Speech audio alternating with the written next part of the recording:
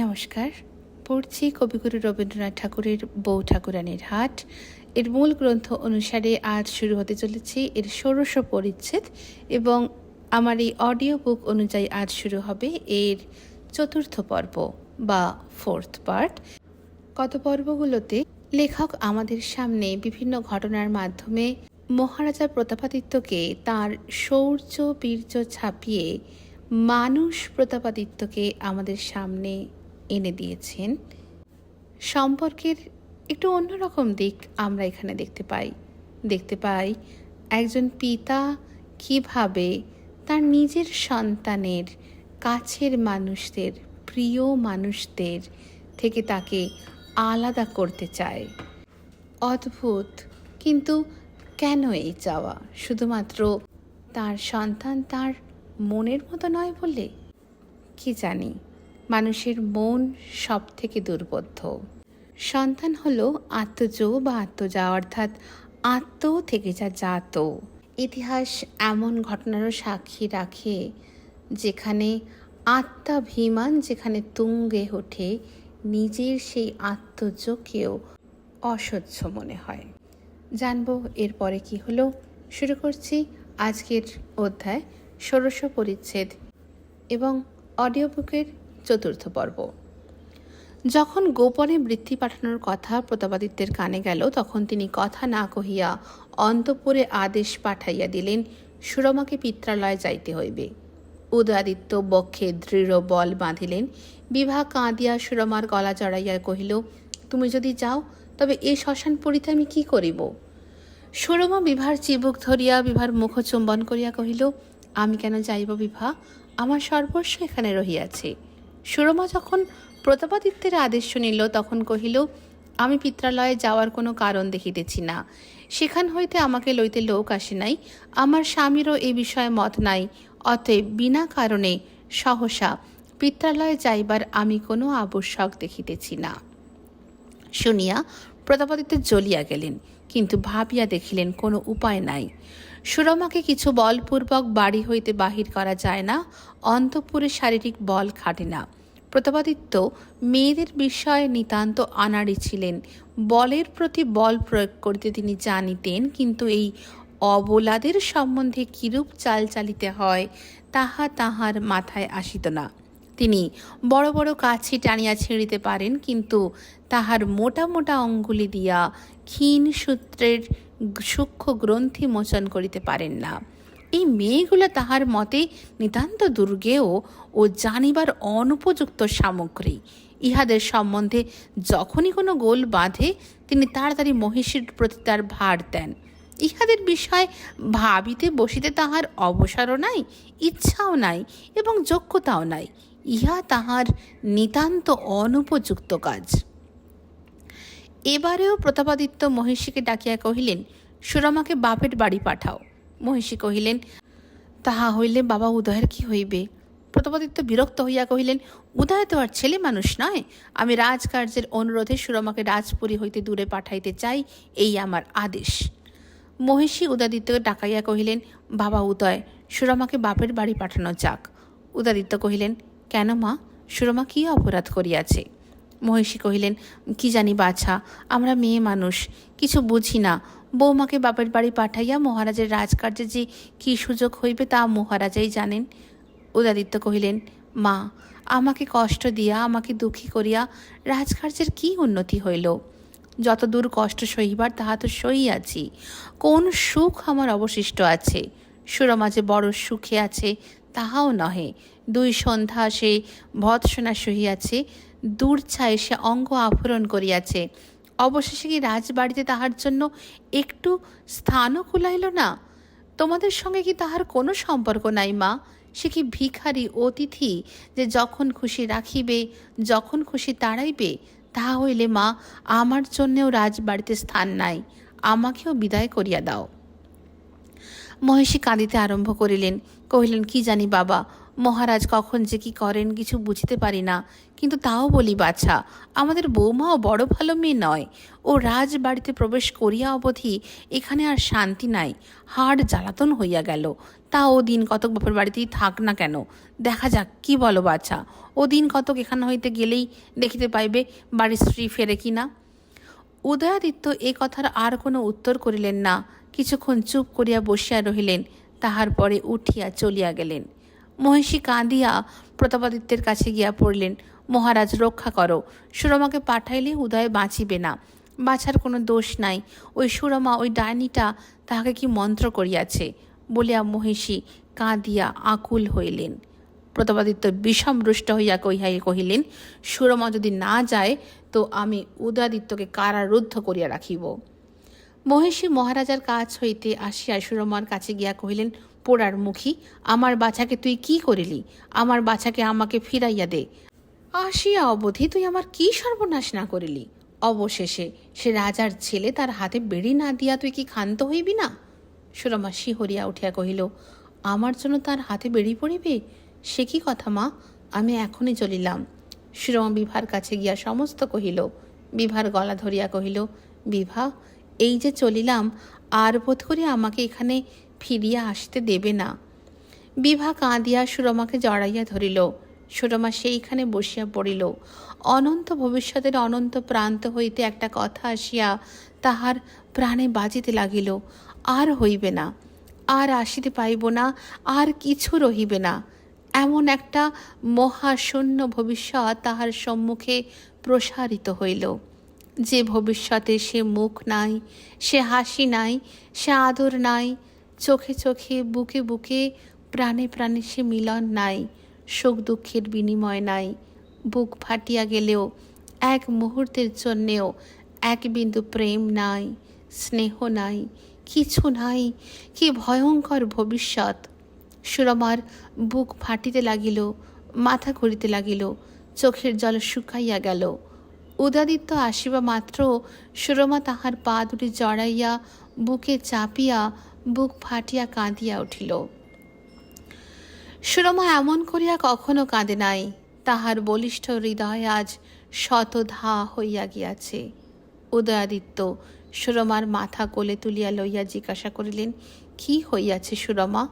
সুরমা উদয়াদিত্যের মুখের দিকে চাহিয়া আর কি কথা কহিতে পারে? মুখের দিকে চায় আর কাঁদিয়া ওঠে, বলিল, ওই মুখ আমি দেখিতে পাইব না। সন্ধ্যা হইবে, তুমি বাতায়নে আসিয়া বসিবে, আমি পাশে নাই, ঘরে দীপ জ্বালাইয়া দিবে, তুমি ওই দ্বারের নিকট আসিয়া দাঁড়াইবে, আর আমি হাসিতে হাসিতে তোমার হাত ধরিয়া আনিব না? তুমি যখন এখানে, আমি তখন কোথায়? সুরমা যে বলিল কোথায়, তাহাতে কতখানি নিরাশা, তাহাতে কত দূর দূরান্তরের বিচ্ছেদের ভাব। যখন কেবলমাত্র চোখে চোখেই মিলন হইতে পারে, তখন মধ্যে কত দূর। যখন তাহাও হইতে পারে না, তখন আরও কত দূর। যখন বার্তা লইতে বিলম্ব হয়, তখন আরও কত দূর। যখন প্রাণান্তিক ইচ্ছা হইলেও এক মুহূর্তের জন্যেও দেখা হইবে না, তখন তখন ওই পা দুখানি ধরিয়া এমনি করিয়া বুকে চাপিয়া এই মুহূর্তেই মরিয়া যাওয়াইতেই সুখ। সপ্তদশ পরিচ্ছেদ। উপাখ্যানের আরম্ভভাগে রুক্মিণীর উল্লেখ করা হইয়াছে। বোধ করি পাঠকেরা তাহাকে বিস্মৃত হন নাই। এই মঙ্গলায় সেই রুক্মিণী। সে রায়গড় পরিত্যাগ করিয়া নাম পরিবর্তনপূর্বক যশোহরের প্রান্ত দেশে বাস করিতেছে। রুক্মিণীর মধ্যে অসাধারণ কিছুই নাই। সাধারণ নীচ প্রকৃতির স্ত্রীলোকের ন্যায় সে ইন্দ্রিয়পরায়ণ, ঈর্ষাপরায়ণ, মনোরাজ্য অধিকার লোলুপ। হাসি কান্না তাহার হাত ধরা, আবশ্যক হইলে বাহির করে, আবশ্যক হইলে তুলিয়া রাখে। যখন সে রাগে তখন সে অতি প্রচণ্ড, মনে হয় যেন রাগের পাত্রকে দাঁতে নখে ছিঁড়িয়া ফেলিবে। তখন অধিক কথা কয় না, চোখ দিয়া আগুন বাহির হইতে থাকে, থরথর করিয়া কাঁপে, গলিত লৌহের মতন তাহার হৃদয়ের কটাহে রাগ টকবক করিতে থাকে। তাহার মনের মধ্যে ঈর্ষা সাপের মতন ফোঁস করে ও ফুলিয়া ফুলিয়া লেজ আছড়াইতে থাকে। এদিকে সে নানাবিধ ব্রত করে, নানাবিধ তান্ত্রিক অনুষ্ঠান করে। যে শ্রেণীর লোকেদের সহিত সে মেশে তাহার মন সে আশ্চর্যরূপে বুঝিতে পারে। যুবরাজ যখন সিংহাসনে বসিবেন তখন সে যুবরাজের হৃদয়ের উপর সিংহাসন পাতিয়া তাহার হৃদয় রাজ্য ও যশোহর রাজ্য একত্রে শাসন করিবে। এই আশা শয়নে স্বপনে তাহার হৃদয়ে জাগিতেছে। ইহার জন্য সে কি না করিতে পারে। বহুদিন ধরিয়া অনবরত চেষ্টা করিয়া রাজবাটির সমস্ত দাসদাসীর সহিত সে ভাব করিয়া লইয়াছে। রাজবাটির প্রত্যেক ক্ষুদ্র খবরটি পর্যন্ত সে রাখে। সুরমার মুখ কবে মলিন হইল তাহাও সে শুনিতে পায়। প্রতাপাদিত্যের সামান্য পীড়া হইলেও তাহার কানে যায়। ভাবে এইবার বুঝি আপদটার মরণ হইবে।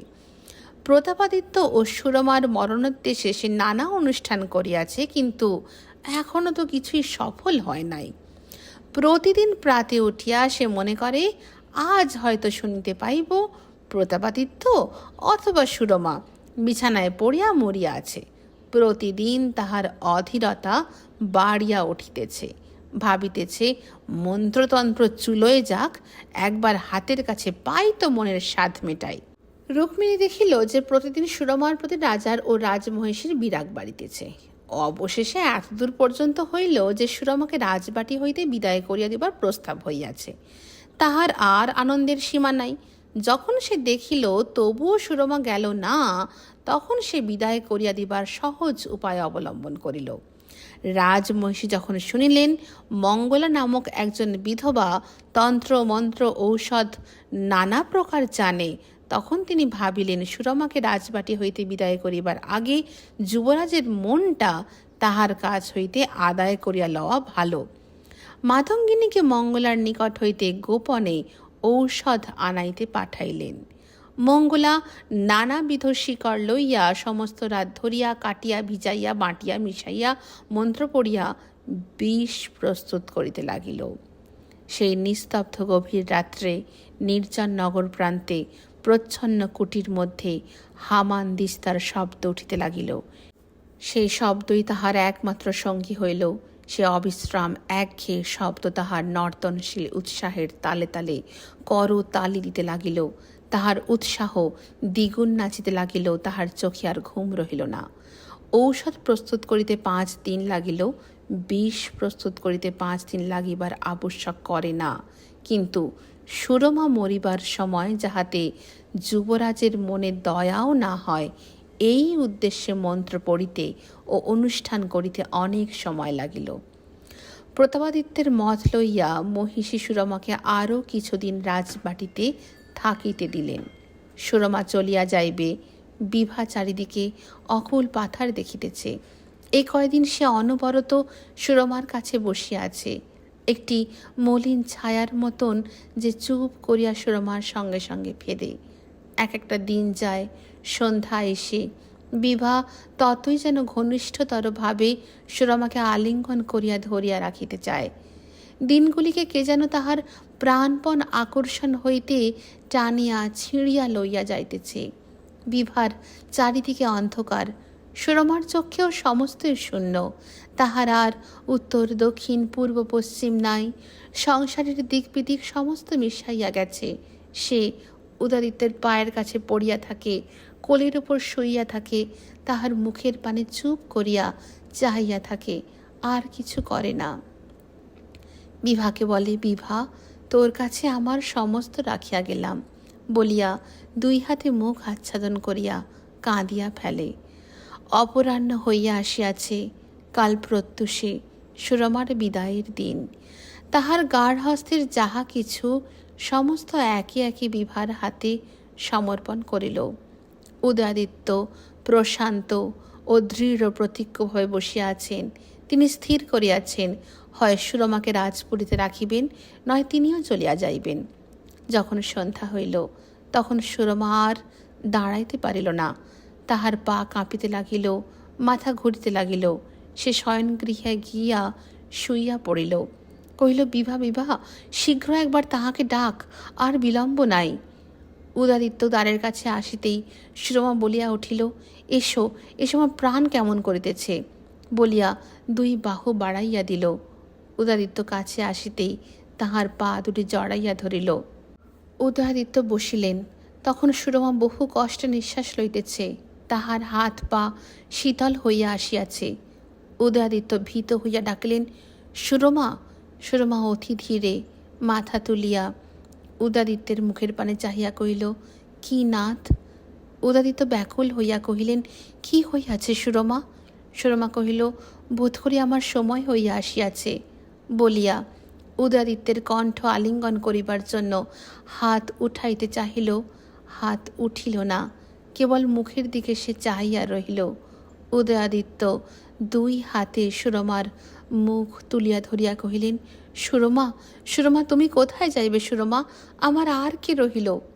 সুরমার দুই চোখ দিয়া জল পড়িতে লাগিল। সে কেবল বিভার মুখের দিকে চাহিল। বিভা তখন হতচেতন হইয়া বোধশূন্য নয়নে সুরমার দিকে চাহিয়া আছে। যেখানে প্রতি সন্ধ্যায় সুরমা ও উদয়াদিত্য বসিয়া থাকিতেন, সম্মুখে সে বাতায়ন উন্মুক্ত। আকাশের তারা দেখা যাইতেছে, ধীরে ধীরে বাতাস বহিতেছে, চারিদিক স্তব্ধ। ঘরে প্রদীপ জ্বালাইয়া গেল। রাজবাটিতে পূজার শাঁখ ঘণ্টা বাজিয়া ক্রমে থামিয়া গেল। সুরমা উদয়াদিত্যকে মৃদুস্বরে কহিল, একটা কথা কও, আমি চোখে ভালো দেখিতে পাইতেছি না। ক্রমে রাজবাটিতে রাষ্ট্র হইল যে সুরমা নিজ হস্তে বিষ খাইয়া মরিতেছে। রাজমহিষী ছুটিয়া আসিলেন, সকলে ছুটিয়া আসিল। সুরমার মুখ দেখিয়া মহিষী কাঁদিয়া উঠিয়া কহিলেন, সুরমা, মা আমার, তুই এইখানেই থাক, তোকে কোথাও যাইতে হইবে না, তুই আমাদের ঘরের লক্ষ্মী, তোকে কে যাইতে বলে? সুরমা শাশুড়ির পায়ের ধুলা মাথায় তুলিয়া লইল। মহিষী দ্বিগুণ কাঁদিয়া কহিলেন, মা, তুই কি রাগ করিয়া গেলি রে? তখন সুরমার কণ্ঠরোধ হইয়াছে, কি কথা বলিতে গেল বাহির হইল না। রাত্রি যখন চারিদণ্ড, তখন চিকিৎসক কহিলেন, শেষ হইয়া গেছে। দাদা, কি হইল গো? বলিয়া বিভা সুরমার বুকের ওপর পড়িয়া সুরমাকে জড়াইয়া ধরিল। প্রভাত হইয়া গেল। উদয়াদিত্য সুরমার মাথা কোলে রাখিয়া বসিয়া রইলেন। সুরমা কি আর নাই? বিভার কিছুতেই তাহা মনে হয় না কেন?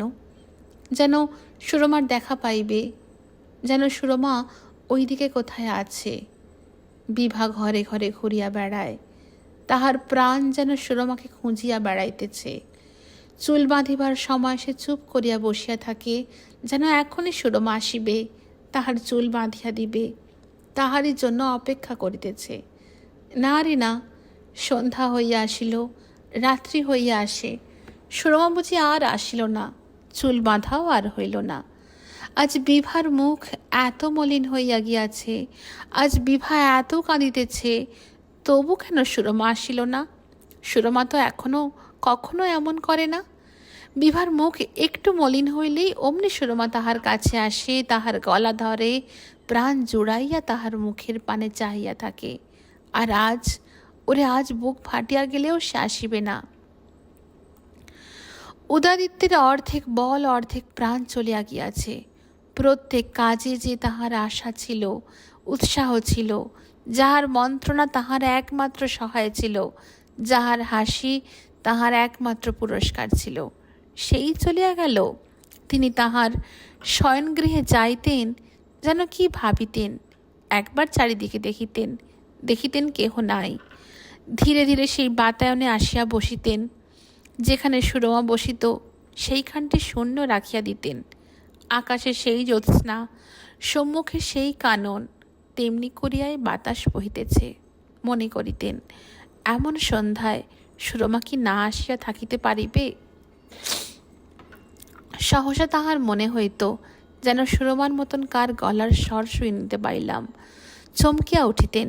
যদিও অসম্ভব মনে হইত, তবু চারিদিকে দেখিতেন।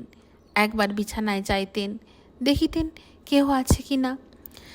যে উদয়াদিত্য সমস্ত দিন শত শত ক্ষুদ্র কাজে ব্যস্ত থাকিতেন, দরিদ্র প্রজারা তাহাদের ক্ষেতের ও বাগানের ফল মূল শাকসবজি উপহারে লইয়া তাহার কাছে আসিত, তিনি তাহাদের জিজ্ঞাসাপড়া করিতেন, তাহাদের পরামর্শ দিতেন। আজকাল আর সেসব কিছুই করিতে পারেন না। তবুও সন্ধ্যাবেলায় শ্রান্ত হইয়া পড়েন, শ্রান্ত পদে শয়নালয়ে আসেন। মনের মধ্যে যেন একটা আশা থাকে যে সহসা শয়নকক্ষের দ্বার খুলিলেই দেখিতে পাইব সুরমা সেই বাতায়নে বসিয়া আছে। উদয়াদিত্য যখন দেখিতে পান বিভা একাকী ম্লান মুখে ঘুরিয়া বেড়াইতেছে, তখন তাহার প্রাণ কাঁদিয়া ওঠে। বিভাকে কাছে ডাকেন, তাহাকে আদর করেন, তাকে কত কি স্নেহের কথা বলেন। অবশেষে দাদার হাত ধরিয়া বিভা কাঁদিয়া ওঠে। উদয়াদিত্যেরও চোখ দিয়া জল পড়িতে থাকে। একদিন উদয়াদিত্য বিভাকে ডাকিয়া কহিলেন, বিভা, এ বাড়িতে আর তোর কে রহিল? তোকে এখন শ্বশুর বাড়ি পাঠাইবার বন্দোবস্ত করিয়া দিই। কি বলিস? আমার কাছে লজ্জা করিস না বিভা? তুই আর কার কাছে তোর মনের স্বাদ প্রকাশ করিবি বল? বিভা চুপ করিয়া রহিল, কিছু বলিল না। এই কথা আর জিজ্ঞাসা করিতে হয়? পিতৃভবনে কি আর তাহার একমাত্র জুড়াইবার স্থল আছে? সেইখানে, সেই চন্দ্রদ্বীপে যাইবার জন্য তাহার প্রাণ অস্থির হইবে না তো কি? কিন্তু তাহাকে লইতে এ পর্যন্ত একটিও তো লোক আসিল না। কেন আসিল না?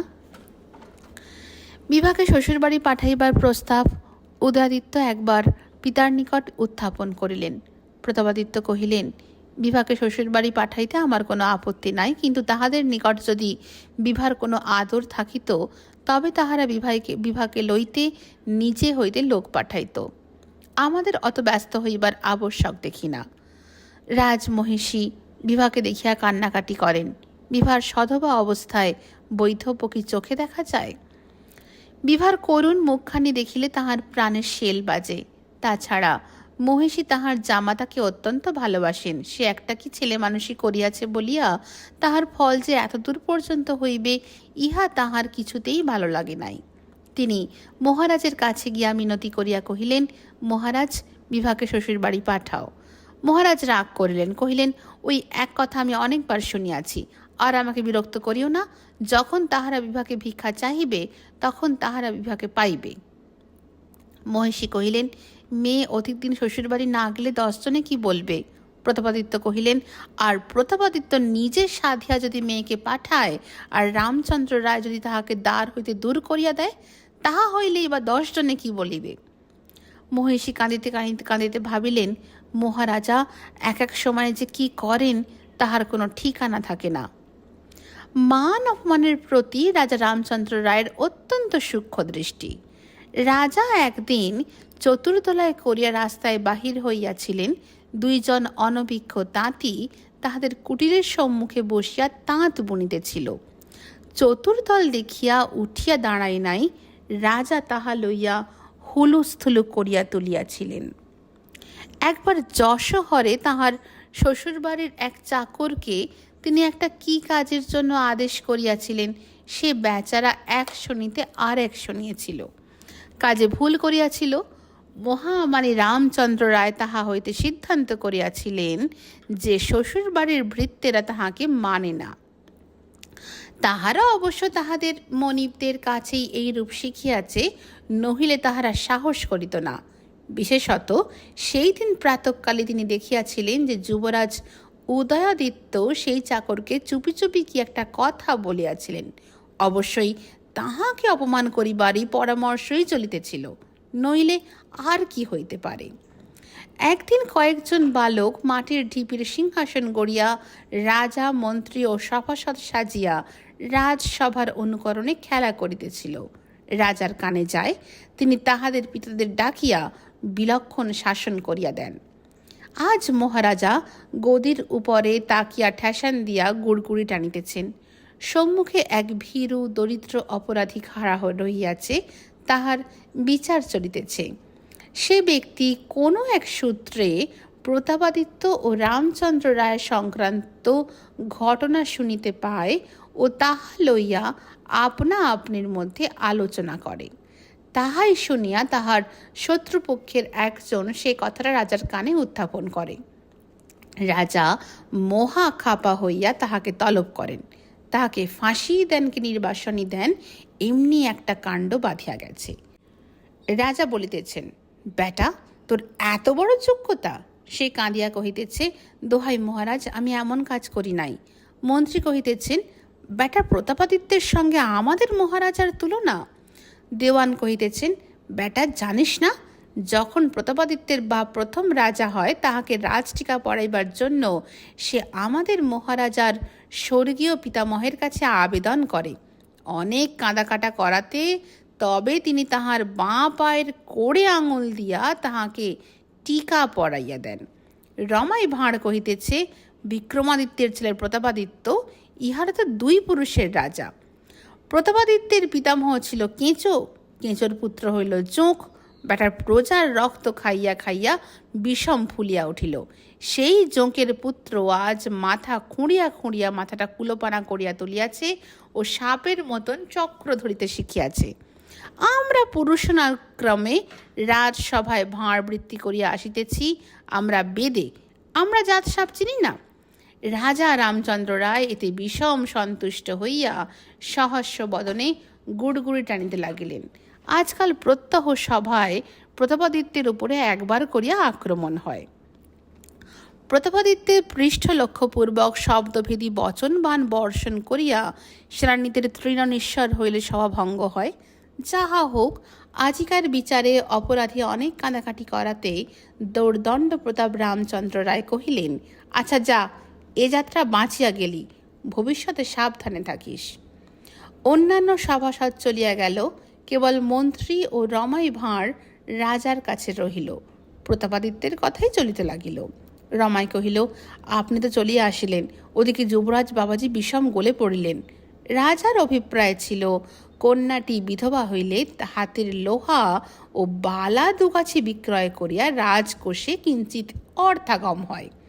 যুবরাজ তাহাতে ব্যাঘাত করিলেন, তাহা লইয়া তম্বি কত? রাজা হাসিতে লাগলেন, কহিলেন, বটে? মন্ত্রী কহিলেন, মহারাজ, শুনিতে পাই প্রতাপাদিত্য আজকাল আফসোসে সারা হইতেছেন।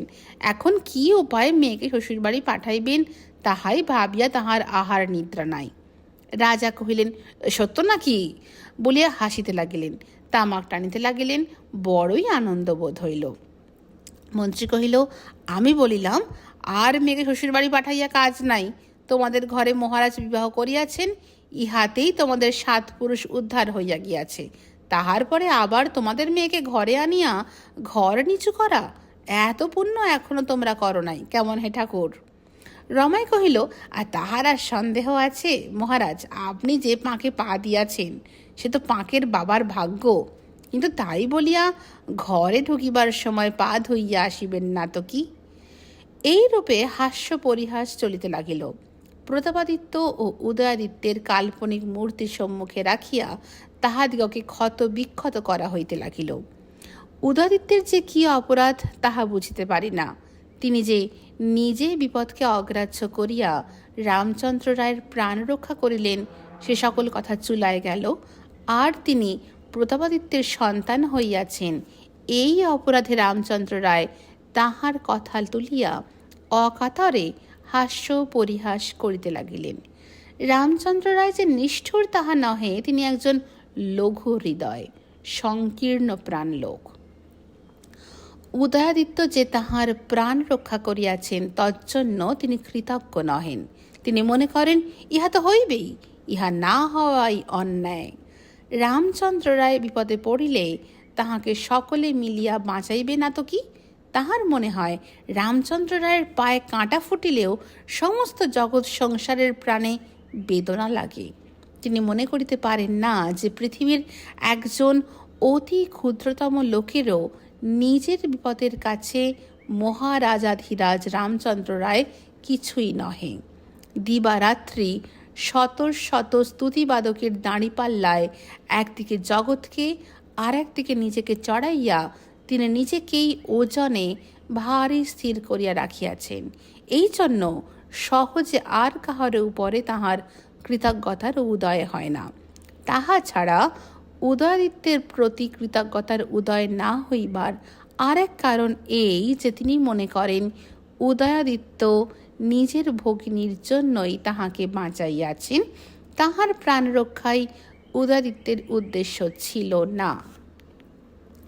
তাহা ছাড়া যদি বা রামচন্দ্রের হৃদয় কৃতজ্ঞতার সঞ্চার হইত, তবুও তিনি উদয়াদিত্যকে লইয়া হাস্য পরিহাসের ত্রুটি করিতেন না, কারণ যেখানে 10 জনে মিলিয়া একজনকে লইয়া হাসি তামাশা করিতেছে, বিশেষত রমাই ভাঁড় যাহাকে লইয়া বিদ্রুপ করিতেছে, সেখানে তিনি তাহাদের মুখ বন্ধ করেন বা তাহাদের সহিত যোগ না দেন, এমন তাহার মনের জোর নাই। তাহার মনে হয় তাহা হইলে সকলে কি মনে করিবে। এখনও বিভার প্রতি রামচন্দ্র রায়ের আসক্তির মতো একটা ভাব আছে। বিভা সুন্দরী, বিভা সবে মাত্র যৌবনে পদার্পণ করিয়াছে। রামচন্দ্র রায়ের সহিত বিভার অতি অল্প দিনই সাক্ষাৎ হইয়াছে। প্রতাপাদিত্যের প্রতি অবহেলা প্রদর্শন করিয়াছেন, কিন্তু যখন সেই রাত্রে প্রথম নিদ্রা ভাঙিয়া সহসা তিনি দেখিলেন বিভা শয্যায় বসিয়া কাঁদিতেছে, তাহার মুখে জ্যোৎস্না পড়িয়াছে, তাহার অর্ধ অনাবৃত বক্ষ কাঁপিয়া কাঁপিয়া উঠিতেছে, তাহার মধুর করুণ দুটি চক্ষু বহিয়া জল পড়িতেছে, তাহার ক্ষুদ্র দুটি অধর কুচি কিশলয়ের মতন কাঁপিতেছে, তখন তাহার মনে সহসা একটা কি উচ্ছ্বাস হইল। বিভার মাথা কোলে রাখিলেন, চোখের জল মুছাইয়া দিলেন। বিভার করুণ অধর চুম্বন করিবার জন্য একটা আবেগ উপস্থিত হইল। তখনই প্রথম তাহার শরীরে মুহূর্তের জন্য বিদ্যুৎ সঞ্চার হইল। তখনই প্রথম তিনি বিভার নববিকশিত যৌবনের লাবণ্য রাশি দেখিতে পাইলেন। সেই প্রথম তাহার নিঃশ্বাস বেগে বহিল, অর্ধনিমিলিত নেত্রপল্লবে জলের রেখা দেখা দিল, হৃদয় বেগে উঠিতে পড়িতে লাগিল। বিভাকে চুম্বন করিতে গেলেন, এমন সময় দ্বারে আঘাত পড়িল, এমন সময় বিপদের সংবাদ শুনিতে পাইলেন। সেই যে হৃদয়ের প্রথম বিকাশ, সেই যে বাসনার প্রথম উচ্ছ্বাস, সেই যে নয়নের মোহদৃষ্টি, তাহা পরিতৃপ্ত হইল না বলিয়াই তাহার তৃষা কাতর হইয়া রামচন্দ্র রায়ের স্মৃতি অধিকার করিয়া রহিল। ইহা স্থায়ী প্রেমের ভাব নহে, কারণ রামচন্দ্র রায়ের লৌহ হৃদয়ের পক্ষে তাহা সম্ভব নহে। একটা বিলাস দ্রব্যের প্রতি শৌখিন হৃদয়ের যেমন সহসা একটা টান পড়ে, শৌখিন রামচন্দ্র রায়েরও বিভার প্রতি সেইরূপ একটা ভাব জন্মিয়াছিল। যাহা হোক, যে কারণেই হোক, রামচন্দ্র রায়ের যৌবন স্বপ্নে বিভা জাগিতেছিল। বিভাকে পাইবার জন্য তাহার একটা অভিলাষ উদয় হইয়াছিল। কিন্তু যদি বিভাকে আনিতে পাঠান, তাহা হইলে সকলে কি মনে করিবে? সভাসদেরা যে তাহাকে স্ত্রৈণ মনে করিবেন, মন্ত্রী যে মনে মনে অসন্তুষ্ট হইবে, রমাই ভাঁড় যে মনে মনে হাসিবে। তাহা ছাড়া প্রতাপাদিত্যের তাহা হইলে কি শাস্তি হইল? শ্বশুরের প্রতি প্রতিহিংসা লওয়া হইল কই? এইরূপ 7-5 ভাবিয়া বিভাকে আনিতে পাঠাইতে তাহার ভরসা হয় না, প্রবৃত্তি হয় না। এমনকি বিভাকে লইয়াও হাস্য পরিহাস চলিতে থাকে। তাহাকে বাধা দিতেও তাহার সাহস হয় না, এবং প্রতাপাদিত্যের কথা মনে করিয়া তাহাতে বাধা দিতেও তাহার ইচ্ছাও হয় না। রমাই ভাঁড় ও মন্ত্রী চলিয়া গেলে রামমোহন মাল আসিয়া জোড়হাতে কহিল, মহারাজ। রাজা কহিলেন, কি রামমোহন? রামমোহন কহিলেন, মহারাজ আজ্ঞা দিন, আমি ঠাকুরানীকে আনিতে যাই। রাজা কহিলেন, সে কি কথা? রামমোহন কহিল, আজ্ঞে হ্যাঁ, অন্তঃপুর শূন্য হইয়া আছে, আমি তাহা দেখিতে পারিব না। অন্তঃপুরে যাই, মহারাজের ঘরে কাহাকেও দেখিতে পাই না। আমার যেন প্রাণ কেমন করিতে থাকে। আমার মা লক্ষ্মী গৃহে আসিয়া গৃহ উজ্জ্বল করুন, আর আমরা দেখিয়া চক্ষু সার্থক করি। রাজা কহিলেন, রামমোহন, তুমি কি পাগল হইয়াছ? সে মেয়েকে আমি ঘরে আনি? রামমোহন নেত্র বিস্ফারিত করিয়া কহিল, কেন মহারাজ, আমার মা ঠাকুরানী কি অপরাধ করিয়াছেন? রাজা কহিলেন, বলো কি রামমোহন, প্রতাপাদিত্যের মেয়েকে আমি ঘরে আনিব? রামমোহন কহিল, কেন আনিবেন না? প্রতাপাদিত্যের সহিত তাহার সম্পর্ক কিসের? যতদিন বিবাহ না হয় ততদিন মেয়ে বাপের, বিবাহ হইলে পরে আর তাহাতে বাপের অধিকার থাকে না। এখন আপনার মহিষী আপনার, আপনি যদি তাহাকে ঘরে না আনেন, আপনি যদি তাহাকে সমাদর না করেন, তবে আর কে করিবে? রাজা কহিলেন, প্রতাপাদিত্যের মেয়েকে যে আমি বিবাহ করিয়াছি, ইহাই যথেষ্ট হইয়াছে। আবার তাহাকে ঘরে আনিব? তাহা হইলে মান রক্ষা হইবে কি করিয়া? রামমোহন কহিল, মান রক্ষা? আপনার নিজের মহিষীকে আপনি পরের ঘরে ফেলিয়া রাখিয়াছেন, তাহার উপর আপনার কোনো অধিকার নাই। তাহার উপর অন্য লোক যাহা ইচ্ছা প্রভুত্ব করিতে পারে, ইহাতেই কি আপনার মান রক্ষা হইতেছে? রাজা কহিল, যদি প্রতাপাদিত্য মেয়েকে না দেয়? রামমোহন বিশাল বক্ষ ফুলাইয়া কহিল, কি বললেন মহারাজ? যদি না দেয়? এত বড় সাধ্য কাহার যে দিবে না? আমার মা জননী, আমাদের ঘরের মা লক্ষ্মী, কাহার সাধ্য তাহাকে আমাদের কাছ হইতে রাখিতে পারিবে? যত বড় প্রতাপাদিত্য হন না কেন, তাহার হাত হইতে কাড়িয়া লইব, এই বলিয়া গেলাম। আমার মাকে আমি আনিব, তুমি বারণ করিবার কে? বলিয়া রামমোহন প্রস্থানের উপক্রম করিল।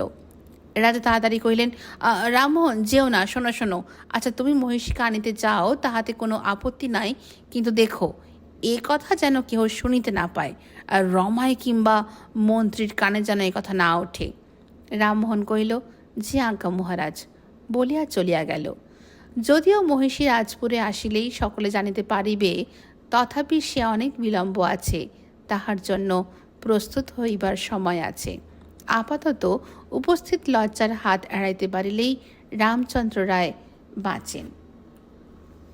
আজ এই পর্যন্ত রইল। নমস্কার।